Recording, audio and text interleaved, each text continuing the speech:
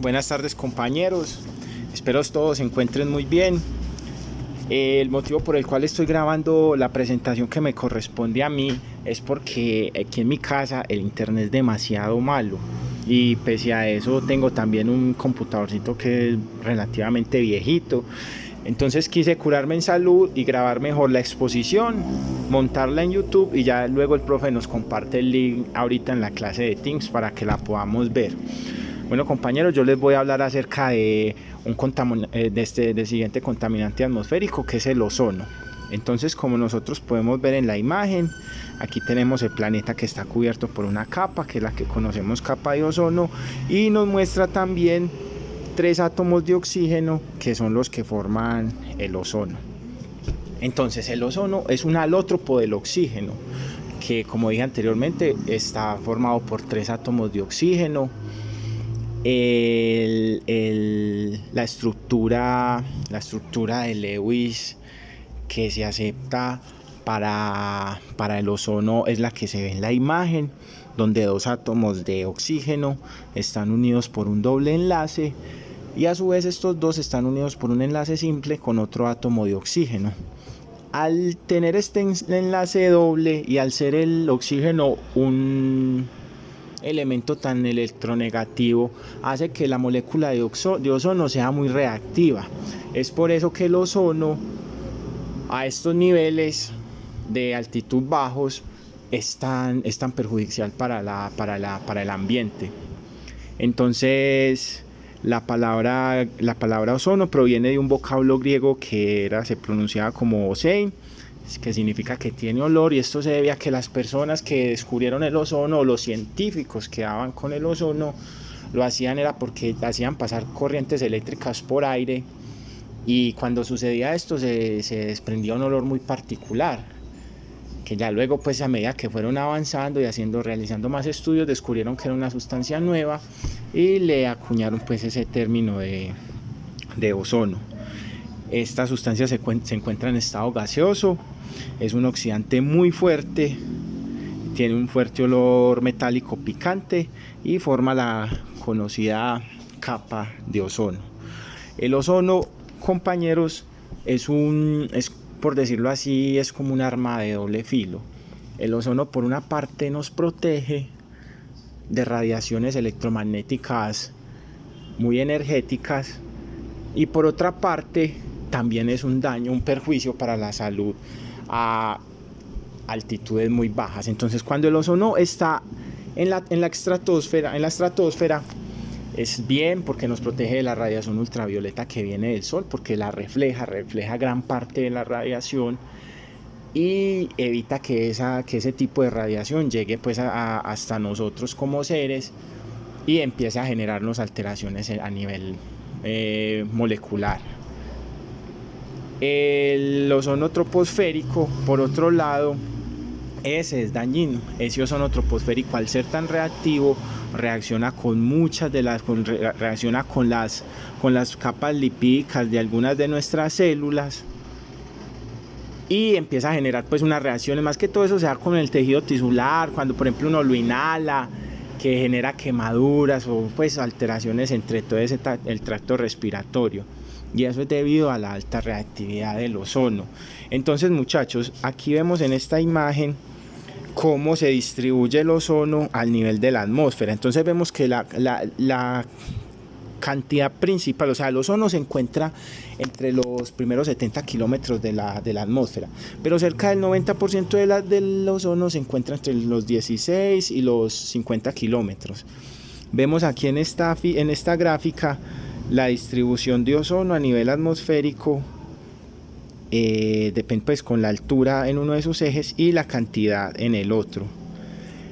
La concentración del ozono se determina con unas unidades llamadas Thomson, que lo que nos dicen nos muestran es como una relación entre la altura y la presión que ejerce cierta cantidad de moléculas de ozono presentes. Entonces, a nivel, o sea, dependiendo del área del planeta, de la parte en el planeta en el que se esté, van a haber unas unidades Thomson diferentes, pero la media actual del planeta es de 300 unidades Dobson. Hay algo muy curioso con esto, y es que si nosotros, o sea, el ozono está disperso en la estratosfera. Al allí haber una presión tan baja, entonces se expande demasiado este gas. Pero si nosotros lográramos reunir todo el ozono que hay en la Tierra y lo pusiéramos a condiciones normales de 0 grados centígrados y una atmósfera, la capa que se formaría alrededor del planeta tendría un espesor de tan solo 3 milímetros. Entonces el ozono en realidad no es que sea tan abundante pues en la Tierra, solamente que está muy esparcido pues a nivel de la estratosfera.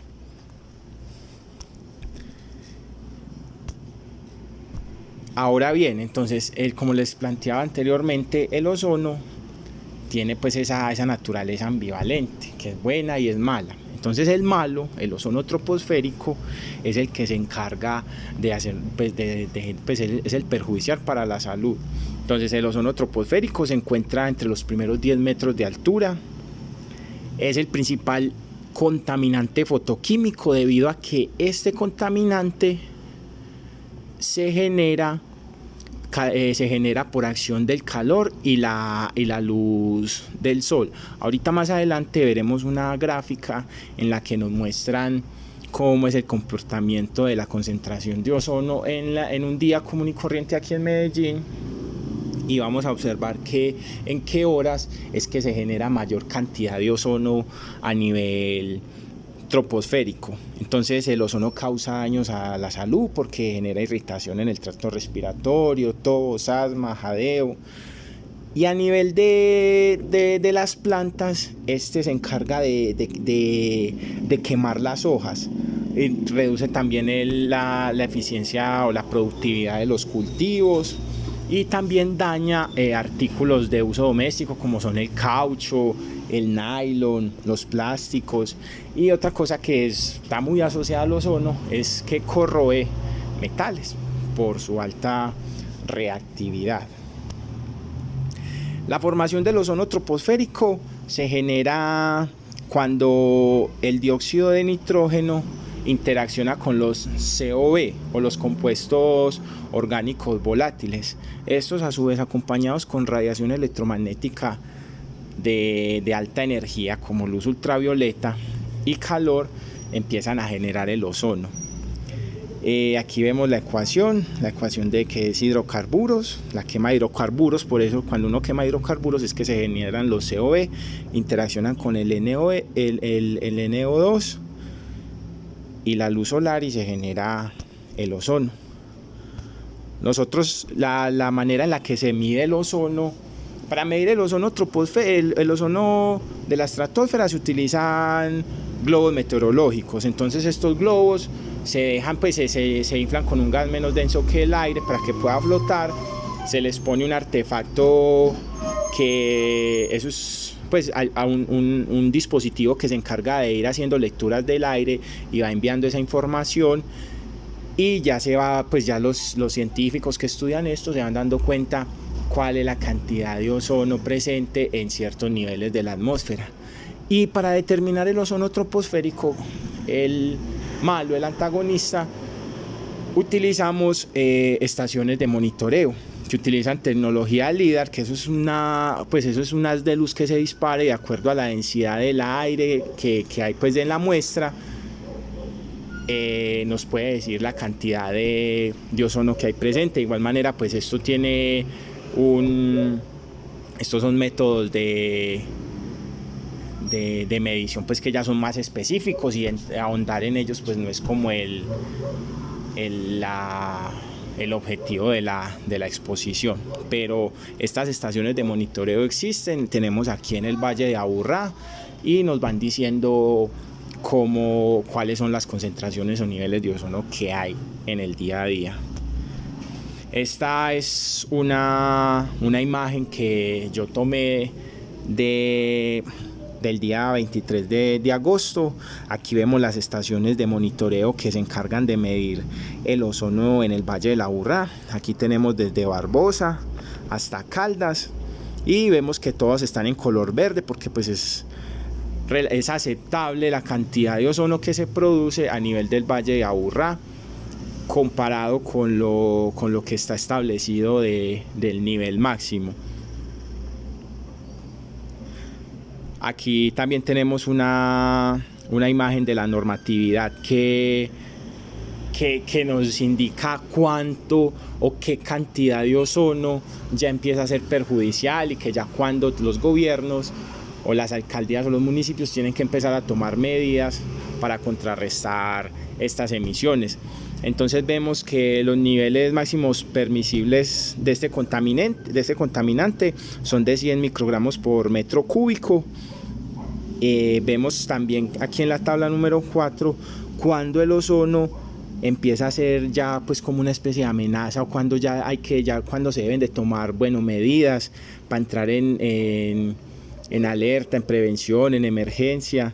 Vemos que para estar en un nivel de prevención la cantidad de ozono oscilaría entre 139 microgramos y 167 microgramos por metro cúbico de aire, y así sucesivamente. Vamos viendo cómo a medida que se va aumentando más la cantidad, pues empezaremos a estar en otros estados para ya ir tomando medidas para contrarrestarlo.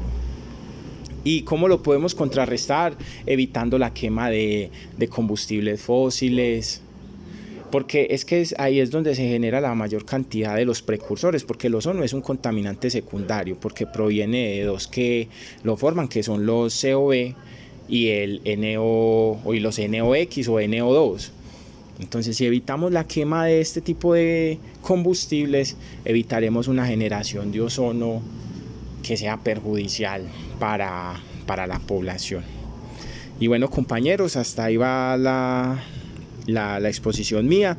La imagen no sé por qué no me quedó en esta diapositiva, pero entonces ahorita cuando estemos en clase yo les voy a mostrar la imagen que tengo del nivel de contaminación en un día común y corriente, que en esa imagen se puede observar que cuando el sol está en su cenit cuando el sol está en el cenit de nosotros es cuando mayor cantidad de ozono hay en el ambiente. Compañeros, muchas gracias.